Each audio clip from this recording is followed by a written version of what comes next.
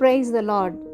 என் கால் சறுக்குகிறது, உமது கிருபை என்னை தாங்குகிறது. சங்கீதம் 94:18.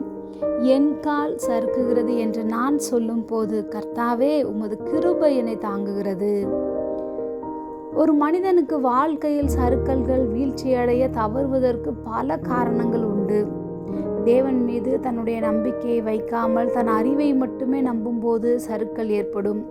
அகந்தை அதிகமாகும் போது நான் தான் எல்லாம் என்று 4 பேர் எல்லா இடத்திலும் இருப்பார்கள். அப்படிப்பட்ட எண்ணம் வந்தாலே அங்கு மிகப்பெரிய வீழ்ச்சியும் குழப்பமும் ஏற்படும்.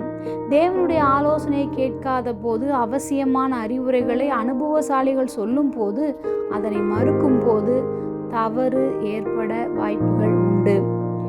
நீ பயப்படாதே, நான் உடனே இருக்கிறேன். திகையாதே, நான் உன் தேவன். நான் உன்னை பலப்படுத்தி உனக்கு சகாயம் பண்ணுவேன். என் நீதியின் வலது கரத்தினால் உன்னை தாங்குவேன் என்று சொன்னவர்தான் இன்றும் நம்முடைய எல்லா சூழ்நிலைகளும் அவருடைய வார்த்தையின் மேல் உறுதியாக நிற்கச் செய்கின்றார்.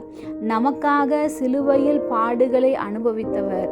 நாம் தவறினாலும் தேவனுடைய கிருபைதான் நம்மை மீண்டும் எழுப்புகின்றது.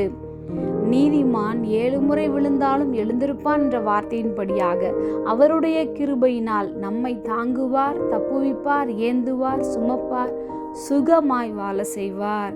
ஜெபம். அன்பின் பரம தகப்பனே, எப்பொழுதும் எங்களோடு கூட இருக்கிறவராகவே இருக்கிறவரே, எங்களுடைய கால் சறுக்குகின்றது என்று சொல்லும் போது உம்முடைய கிருபையை எங்களை தாங்கி வழிநடத்துகிறதற்காக நாங்கள் நன்றி செலுத்துகிறோம். இயேசுவின் நாமத்தில் பிதாவே, ஆமேன்.